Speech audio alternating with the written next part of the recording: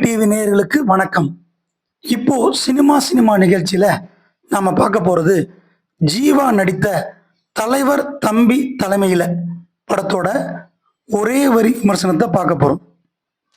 படத்தோட first half ஜாலியா கிராமிய மனத்தோட குடும்ப பாங்கா போன மாதிரி தெரிஞ்சிச்சு. ஆகா, சூப்பர் ஹிட் ஆயிடும் போலன்னு நினைச்சா செகண்ட் ஹாஃப் இன்னும் 1 மணி நேரம் படம் எடுக்கணும், அதுக்கு என்ன பண்றது, எங்கெங்கேயோ எதையோ எடுத்து கிரிஞ்சு பண்ணி வச்சிருக்காங்க.